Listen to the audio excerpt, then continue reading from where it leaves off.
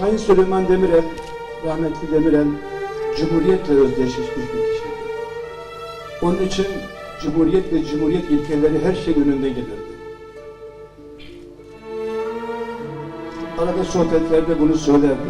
Ve bir medya grubuna bir gün şunu söyleyip biz hatırlıyoruz. Cumhuriyet nedir diye sorarsanız o benim işte. Çünkü İslam köyden çıkıp bir köy çocuğu olarak Cumhurbaşkanı yapan beni Cumhuriyet'tir.